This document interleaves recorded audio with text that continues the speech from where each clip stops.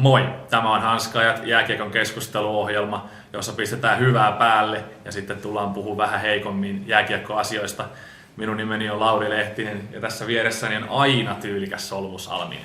Terve! Jatketaan tässä tosiaan Treviraa on päällä ja liituraitaa niin kuin näkyy. Jatketaan freelancer-toimittaja Mikke Suopuro Jyväskylästä ja oikealla puolella on sitten Mr. Jatkoa, joka yhdistyksen ja keskustelupuolesta ja koko verkkolehden perustajajäseniä ja ensimmäinen päätoimittaja, nykyinen vanhempi jääkiekkoanalyytikko. Seuraavaksi meillä on nyt tässä tapetilla pudotuspelisarja, runkosarja 2 vastaan sääliplayoffeista jatkoon selvinnyt Pelikans ja Tappara vastaan tosiaan pelataan. Joo. Huikea esittely, mutta Pelikans Tappara on sarja. Kyllä, Puretaan sen verran Atomeiksi purkuun, että keskinäisissä kamppailuissa tosiaan 5 runkosarjamatsissa Tappara vei 4 kamppailua ja ei hävinnyt kertaakaan varsinaisella peliajalla. Tylyt lähtökohdat tähän sarjaan Pelikansin osalta.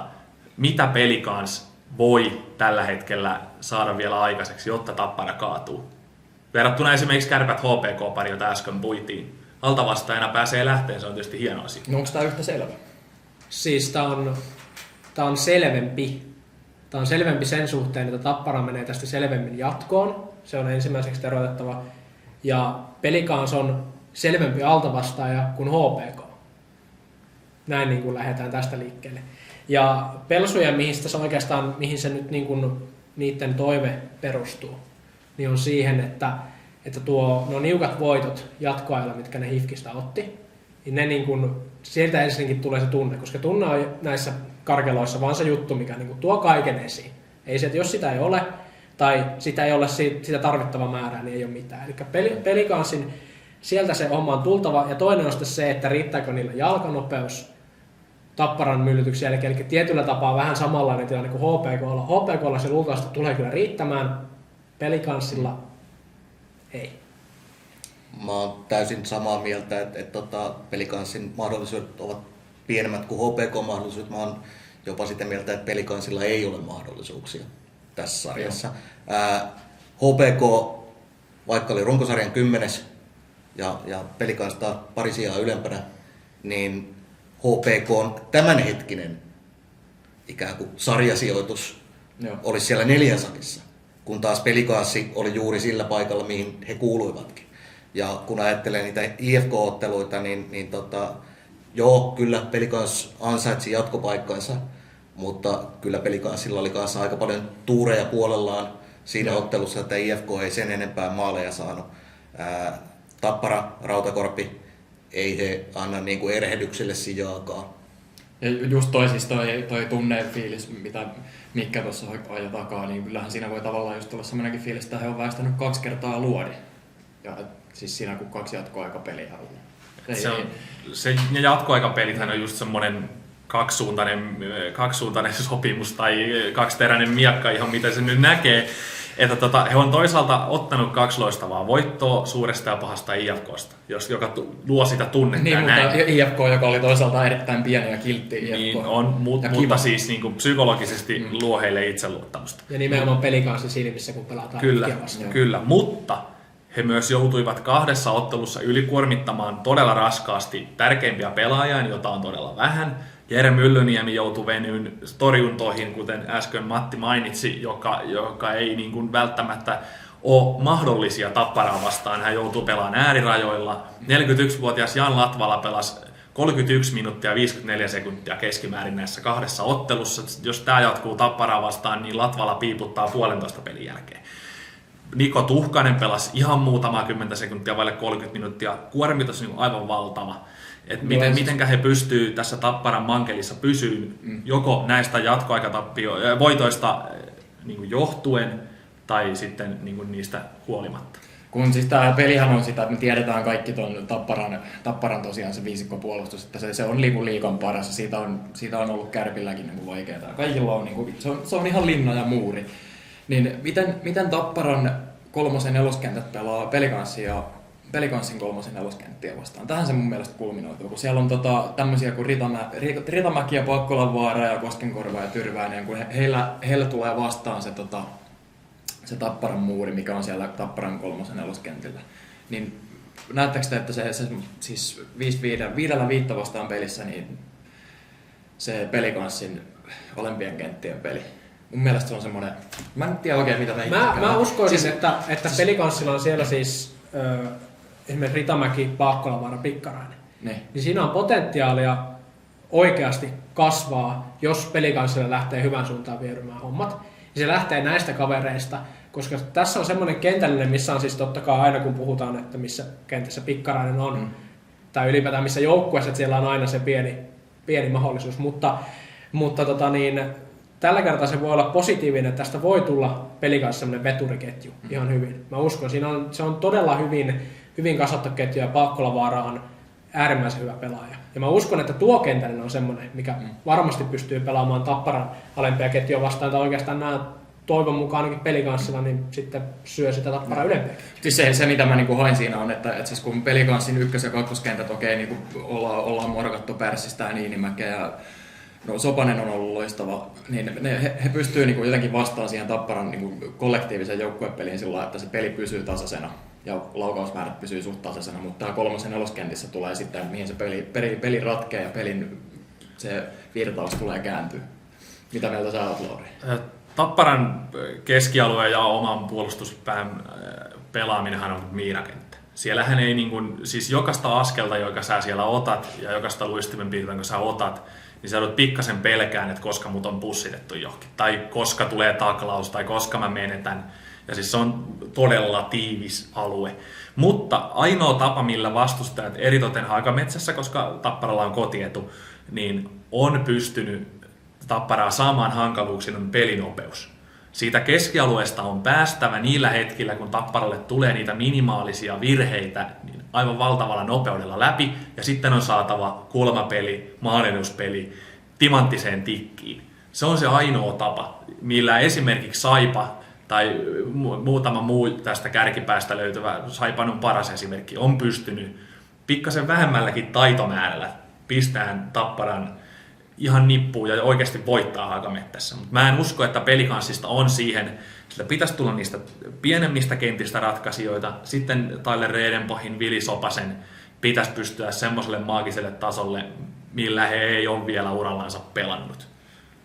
Mä siis on nostettu 3.-4. ketjuja ja tiettyjä pelaajia ja kaikkea esille, että missä se ratkaisu tulee. Mutta Tapparalla on parempi maalivahtipeli.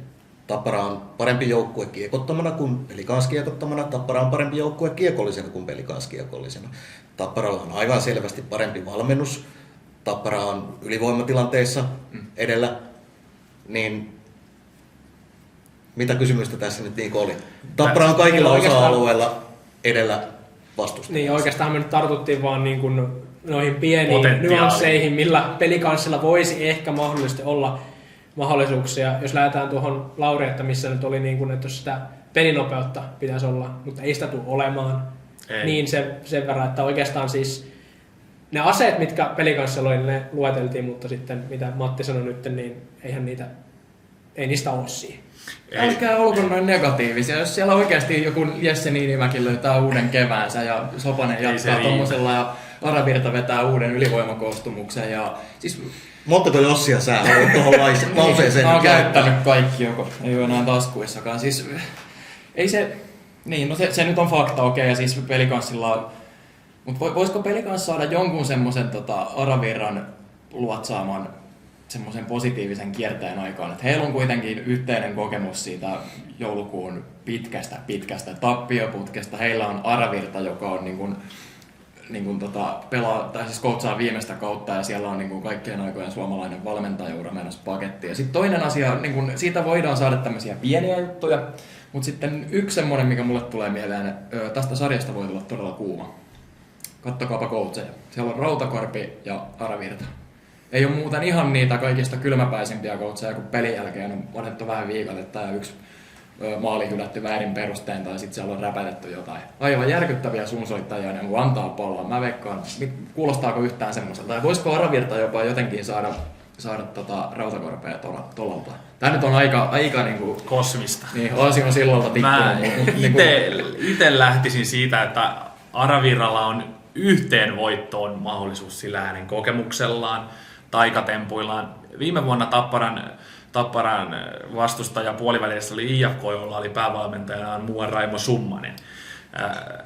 Rami on mitä on ja hänet tunnetaan mistä tunnetaan, mutta hän on taktisesti erittäin hyvä valmentaja. Pyrki pistää Rautakorvelle kaikki mahdolliset asiat hanttiin. Onnistui siinä ihan hyvin, mutta pelaamateriaali loppu kesken. Hannu Aravirta on aloittanut Jypissä liigavalmentajana 1989, jossa samassa seurassa Jypissä, jossa Rautakorpi aloitti apuvalmentajana 5 vuotta myöhemmin 94. Eli ei ole kyse mistään ihan heikosti jääkiekkoa tuntevasta päävalmentajasta. Mun oma tulosarvioni tuleekin nimenomaan tästä, että Aravirta viimeisenä keväänään niillä taikatempuillaan pystyy mahdollisesti ottamaan sen yhden voiton Lahdessa, jolloin mä pääsen siihen 4-1 tulokseen. Koska seuraa heitä pelaajakin on hyvä kertoa, ja sitten mä päästän teidät tästä seuraavaksi omiin veikkauksiin. Zoskriin 44 ottelua, 31 pistettä plus 19 runkosarjassa. Ilkeä, fyysinen, molempiin suuntiin pelaava, loistava pelirakentaja, loistava maalintekijä. Ja sä annat kuitenkin pelikanssille yhden voiton. Annan yhden voiton. Aravirta taikoo. Joo, siis mä laitoin niinku tuossa aikaisemmin niinku pelikanssin täysin nippuun, mutta siis todetaan nyt se fakta, että tässä ei ole Tapparaa vastassa Forssan palloseura. Ei. Siis, vaikka mä sanon, että Tappara on kaikilla osa-alueilla edellä, niin ei ne erot ole sellaisia, että niinku jokainen matsi päättyy 6-0. Ei tietenkään. Pelikanssilla on ihan niinku realistinen voiton mahdollisuus jokaisessa ottelussa. Siihen mä uskon, mutta niinku, siihen, että uskon, kun Pelikanssilla on minkälaisia mahdollisuuksia mennä tästä jatkoon, tapahtuu ihan mitä tahansa, siihen mä en usko. Mä nyt sanon kuitenkin, että Tappara jatkoo 4-0, se on mun mielestäni todennäköisin lopputulos. Seuraa heitä pelaaja Juha Metsola, ei saa sulaa. Ei saa tänä keväänä sulaa. Se on ihan tismalleen näin. Joo, ja Metsolasta voisi kyllä jatkaa, että tämä on oikeastaan myös Metsolalle tämmöinen hyvä sauma. Mä uskon, että niin, koska mun silmissä Metsola pelasi upeat pudotuspelit jo viime vuonna. Ja sitten se pieni, niin kun, mikä sieltä tuli, niin nyt kun siitä on opittu, niin tänä vuonna niin siinä voi olla semmoinen kassari, joka voi viedä Tapparan oikeasti sinne kultakamppailuun. Ja hyvin todennäköisesti myös vie. Ja tässä on hieno nähdä siitä Metsolasta, että tuleeko nyt jo tästä ensimmäistä niin kuin semmoinen varmuus, että Metsola oikeastaan tilkitsee jo ne vähätkin pelikanssi, vaikka ensimmäisten pelien paikat, mitkä saa, niin tilkitsee ne pois. Mutta nostan sitten oma niin kuin kunnon noston, on se Ilkka Vikkarainen, juuri ne, tuleeko sitä kuumentumista, pysyykö se fokus pelaamissa.